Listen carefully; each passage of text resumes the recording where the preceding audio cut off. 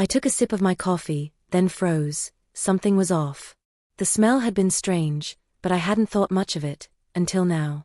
My sister-in-law, sitting across from me, reached for her own mug, the one I'd just swapped with mine. I watched her take a sip, my stomach twisting. This is a story of trust, betrayal, and the moment everything changes in an instant. Before we get into the story, let us know where you're watching from, and don't forget to like and subscribe. Saturday mornings had a rhythm in our house. The smell of coffee, the faint sizzle of eggs in the pan, the quiet hum of Derek flipping through his phone at the counter. It was a routine we'd settled into over the years, one that felt comfortable, predictable. I liked predictable. I stood at the stove, scooping eggs onto a plate, listening to the steady clink of mugs as Derek made coffee. He'd always insisted on handling it. Said I never got the ratio right, that I made it too weak to be real coffee. I never fought him on it. It was one of those harmless little things, the kind you let go after 6 years of marriage. Beth walked into the kitchen, her hair still damp from a shower, and slid onto one of the stools at the island. She looked tired, like she hadn't slept well. I smiled at her, trying to be warm. She'd been living with us for 3 weeks now, ever since her divorce was finalized. "You're up early," I said, setting a plate in front of her. She blinked at me like she hadn't expected me to speak. "Yeah, couldn't sleep." Derek handed me a mug of coffee, his fingers brushing against mine as he passed it over. "Here you go, babe." The scent drifted up, warm and familiar, but something about it seemed off. Just slightly. I hesitated for half a second, then shook it off. Maybe he used a different creamer or something. I took my seat across from Beth, letting the heat of the mug warm my hands. "So," I said, trying to sound casual, "I was thinking we could go to that little farmer's market later. Get out of the house for a bit." Beth poked at her eggs with her fork. "Maybe." Derek was scrolling through his phone, barely paying attention. I wasn't sure he'd even heard me. I sipped my coffee. Beth wasn't eating much, just moving food around her plate. It wasn't unusual, she'd been like this since she moved in, quiet, withdrawn. I figured she needed time. Divorce wasn't easy. Derek finally looked up. "I've got some work to catch up on. Might have to pass." I nodded, not surprised. He'd been busier lately. More calls, late nights at the office. Not that I questioned it, his job had always been demanding. Beth shifted, adjusting the sleeves of her sweater.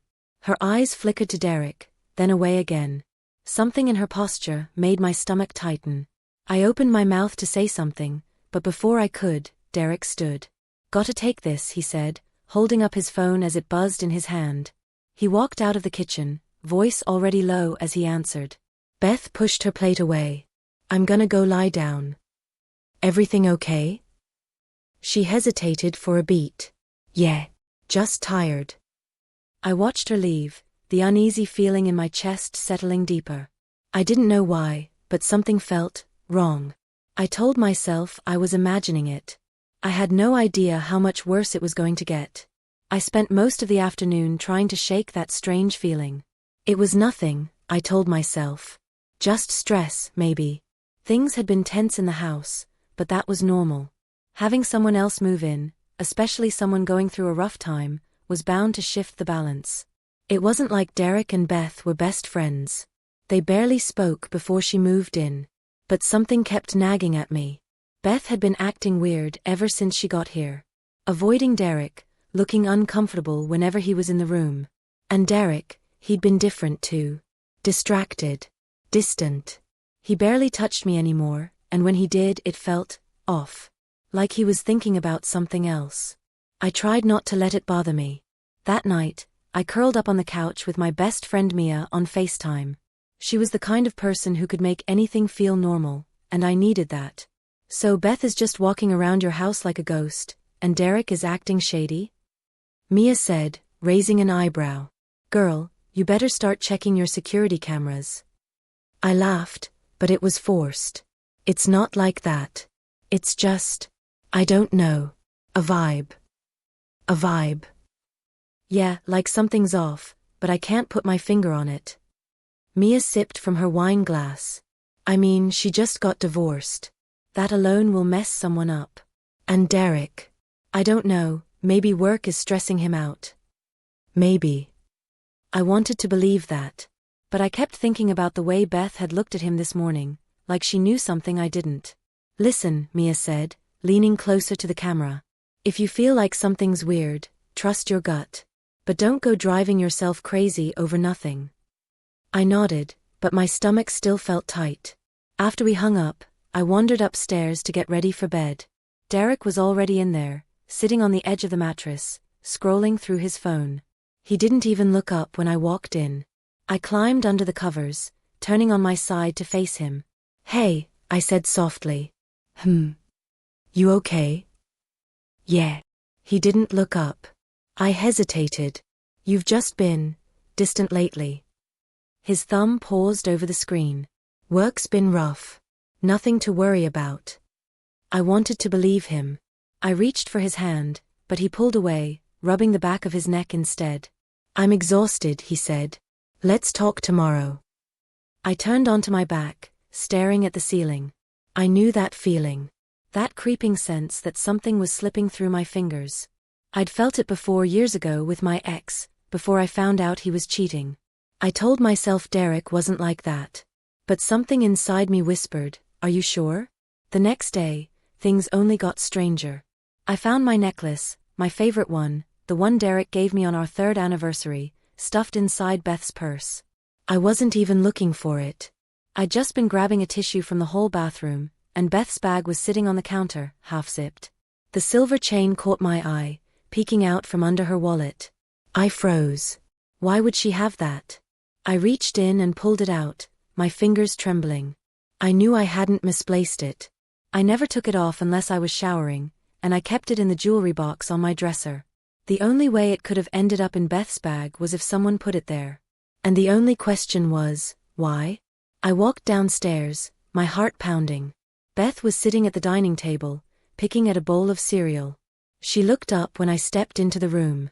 Hey, I said, my voice tight. Can I ask you something? She swallowed. Sure. I held up the necklace. Why was this in your purse? Beth went pale. She stared at it like she'd just seen a ghost. I don't know, she stammered. I swear, I don't know how it got there. Something flickered in her expression, something like panic. I took a slow breath. Beth. She shook her head. I didn't take it, Lauren. I wouldn't do that. My gut twisted. I wanted to believe her. But the way she was acting. Before I could say anything else, Derek walked in from the backyard. He looked between us, his brows drawing together. What's going on? Beth tensed. I turned to him, holding up the necklace. I just found this in Beth's purse. Derek's face didn't change. Not even a flicker of surprise. He just shrugged. Weird. I waited for him to ask how it got there. For him to look confused, or concerned, or anything. But he didn't. Beth pushed her chair back abruptly. I need to go. She rushed past us, heading straight for the stairs. Derek didn't even watch her leave. He just turned to me, giving me a tight smile. Don't read too much into it. Then he walked away. And something inside me whispered, you're missing something. Something big. That night, I couldn't sleep. I lay in bed staring at the ceiling, listening to the quiet hum of the house. Derek was beside me, his breathing slow and steady, but I knew he wasn't really asleep. Every so often he shifted, exhaling a little too sharply. Beth's reaction to the necklace kept playing in my head. The way she looked at me, like she wanted to say something but couldn't. Like she was scared. And Derek, his reaction had been even worse. Not surprised. Not confused. Just indifferent. I needed answers. Slowly, I sat up, careful not to make the bed creak. Derek didn't move. I slipped out of the room, my heart pounding. The hallway was dark, but a faint light glowed from under Beth's door. I hesitated, then knocked softly.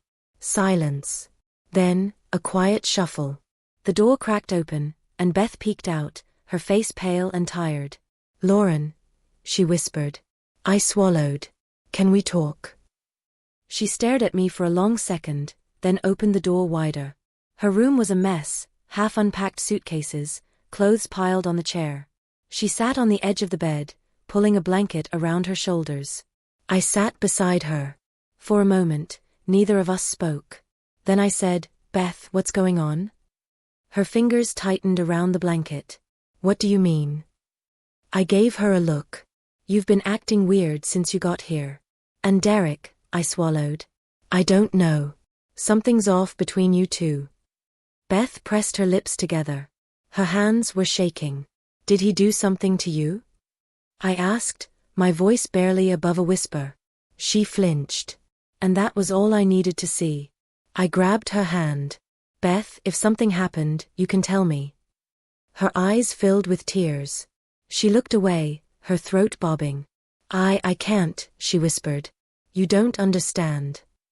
I squeezed her hand. "Then help me understand." Beth sucked in a shaky breath. Then, before she could speak, a voice came from the doorway. "What are you two whispering about?" I jumped. Derek was standing there, leaning against the doorframe. His face was calm, but his eyes, there was something sharp in them. Something that made my stomach twist. Beth yanked her hand from mine, her whole body going rigid. I turned to him. "We were just talking." Derek's gaze flicked to Beth. She wouldn't look at him. His jaw clenched. "It's late. You should come back to bed." My skin prickled. Something in his voice, too smooth, too controlled, made my instinct scream. I glanced at Beth. Her shoulders were curled in, like she was trying to make herself smaller. I wanted to fight him on it. Wanted to demand answers. But Beth's expression stopped me. "Not now." I forced a smile. "Yeah, you're right." Derek's eyes stayed on Beth for a moment longer, then he turned and walked away. Beth let out a shaky breath. I touched her arm. "I'll figure this out," I whispered. She didn't say anything. Just gave me a look, one that almost seemed like a warning. I left the room, but my heart wouldn't stop racing. The next morning, things only got worse.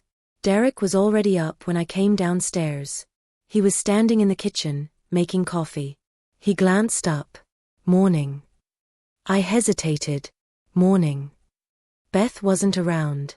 The house felt too quiet. I walked to the fridge, grabbing a water bottle, trying to act normal. But my skin was crawling. I could still feel the tension from last night. Then, Derek set a mug in front of me.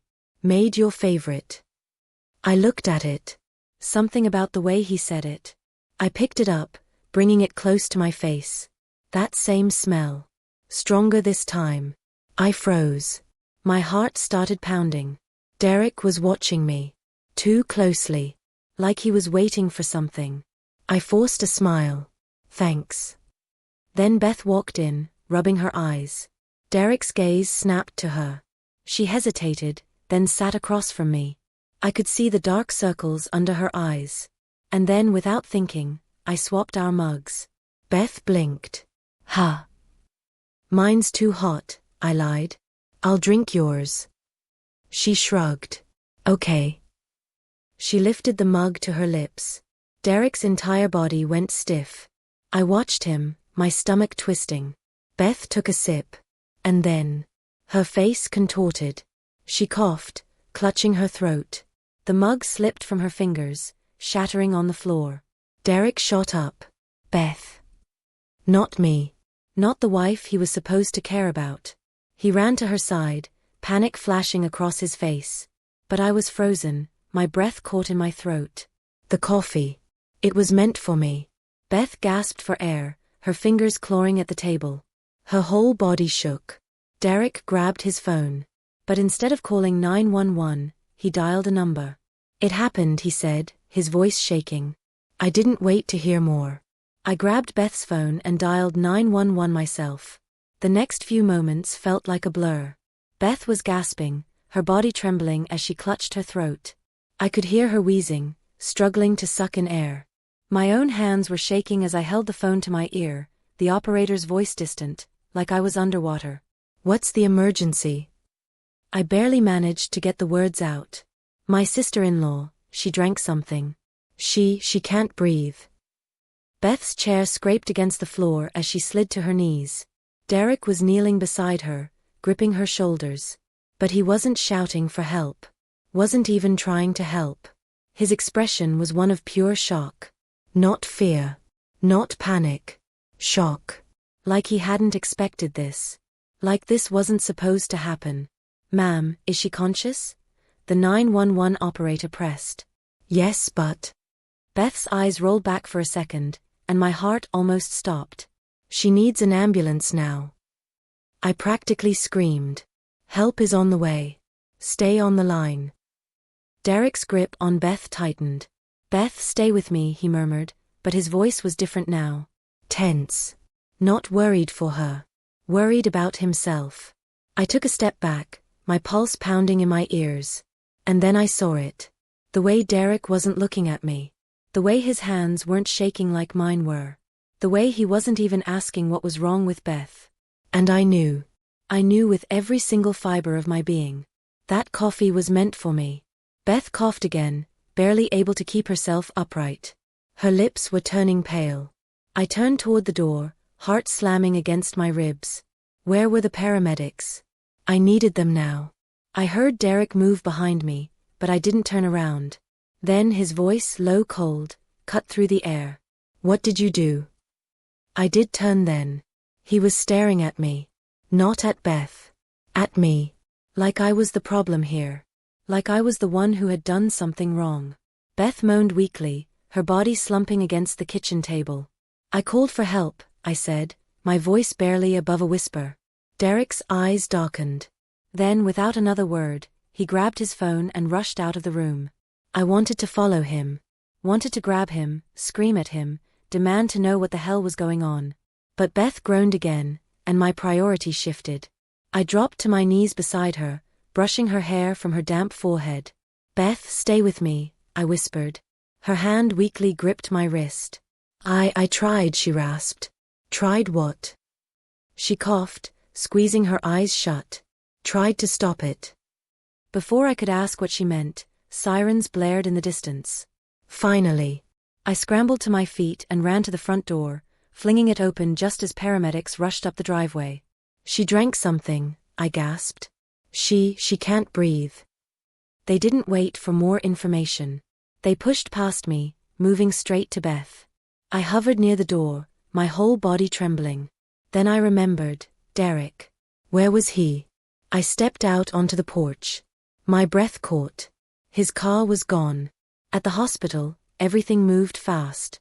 Doctors and nurses rushed Beth inside, leaving me in the waiting room with nothing but my own panic.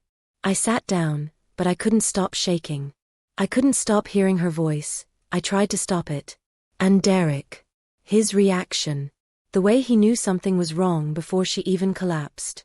I dug my phone out of my pocket and with trembling fingers, called Mia. She picked up on the first ring. "Lauren." "Mia, I need you." She must have heard something in my voice, because she didn't ask questions. "Where are you?" "The hospital." "I'm on my way." I hung up and sucked in a shaky breath. Then, the doors burst open. 2 police officers walked in. One of them, a tall man with graying hair, scanned the room before his eyes landed on me. "Mrs. Reynolds." I stood up so fast my chair scraped against the floor. "Why, yes." The officer glanced at his partner, then back at me. "We need to ask you a few questions about your husband."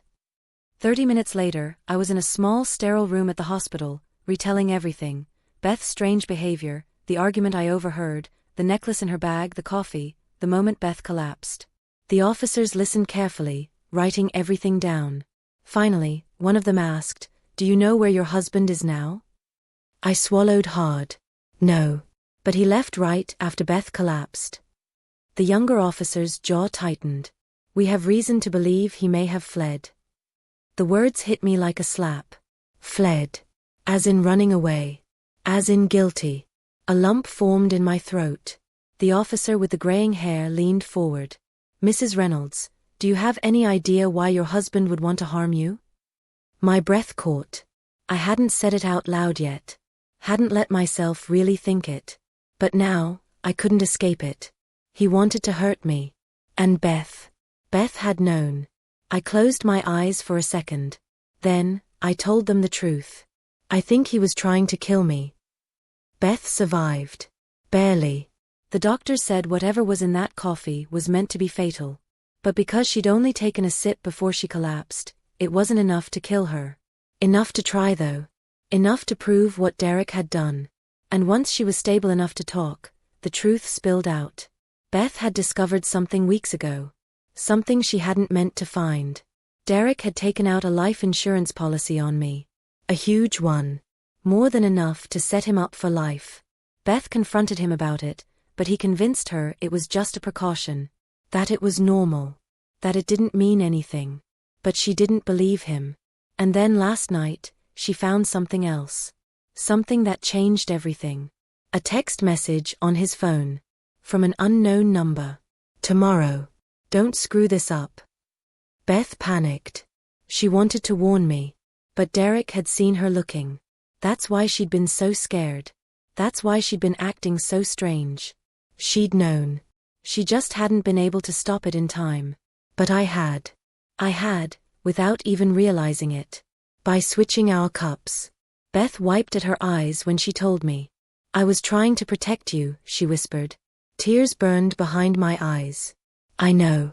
Derek was arrested 2 days later. It turned out the unknown number was linked to a man with a criminal record. A hitman. Derek had backed out at the last minute. And instead, he tried to do it himself. But he failed. And now, he'd never get another chance. I sat in the hospital room with Beth, holding her hand, as the news played on the TV. Derek Reynolds, arrested for attempted murder. The man I had loved. The man I had trusted. Beth squeezed my hand. We didn't say anything. We didn't have to. Everything had already changed. And nothing would ever be the same again. The world felt quieter after Derek was arrested. Not in a peaceful way. In the way a house feels when something's missing. A silence that creeps into the cracks of your life and settles there, heavy and unmoving. I sat beside Beth in her hospital room, watching her breathe. She was still weak, but alive. That should have been a relief. It was. And yet, my body refused to relax. Every time I closed my eyes, I saw him. Derek. The man I had built a life with. The man I had loved. The man who had stood in our kitchen that morning, handing me a cup of coffee, waiting for me to drink it. A shiver ran down my spine. Hey. Beth's voice was hoarse, barely above a whisper. I turned toward her. She gave me a weak smile. You look worse than I do. I let out a short, shaky laugh. That's not possible. Beth sighed, shifting slightly in the hospital bed. You should go home. Get some rest. The thought of walking into that house made my stomach churn. Maybe later, I mumbled. She didn't argue. We sat in silence for a long time, the weight of everything between us. Then quietly Beth said, I should have told you sooner. I turned to her. What? She swallowed hard. I knew something was wrong. I felt it. But I kept making excuses. I told myself I was imagining things. That Derek couldn't, do something like this. I stared at her. Because that was exactly what I had done too. Ignored the signs. Convinced myself I was overreacting. Trusted him, even when my gut had been screaming at me not to. Beth's eyes filled with tears. If you hadn't switched the cups. She didn't finish. She didn't have to. I squeezed her hand. We're both still here, I whispered. That's what matters. She nodded, blinking rapidly. Yeah. I wanted to believe that. I really did. But deep down, I knew the truth. Some wounds don't heal just because you survive. Some betrayals cut so deep, they leave a scar you can't ever fully erase. 3 days later, I finally went home. Not because I was ready. Because I didn't know what else to do. Mia came with me. I think she knew I wouldn't walk through that door alone. The house smelled the same. Looked the same. Like nothing had happened. But it wasn't the same. I wasn't the same. I stood in the kitchen, staring at the coffee pot. My stomach twisted. Mia placed a hand on my shoulder. You don't have to stay here, she said softly. I let out a breath I didn't realize I was holding. She was right. I didn't. I had spent years building this life with Derek. Thinking we were a team. Thinking we had something real. But the life I thought I had? It never existed. I walked over to the counter, picked up my keys, and turned back to Mia. Let's go. She didn't ask where. She just followed me out the door. Derek pled guilty. I didn't go to the trial. I didn't want to see his face again. Beth did though. She said he didn't even look at her. That was fine by me. I didn't need his apologies. Didn't need his explanations. I just needed him gone. And he was. Weeks passed. Then months. Beth moved out of state to be closer to her parents. We kept in touch, but I knew she needed space. I did too. I spent a long time trying to figure out what was next. How to start over. How to be me again without the weight of him pressing down on my chest. It wasn't easy. Some days, I woke up and forgot, just for a second, that my life had been turned upside down. Other days, the memories hit me the second I opened my eyes. But I kept moving. Kept breathing. And one day, I woke up and realized something. I wasn't scared anymore. I wasn't waiting for the other shoe to drop. I wasn't looking over my shoulder, waiting for the man I loved to betray me all over again. He was gone. And I was still here. Still standing. Still alive. I poured myself a cup of coffee. Took a sip. And for the first time in a long, long time, it didn't taste bitter.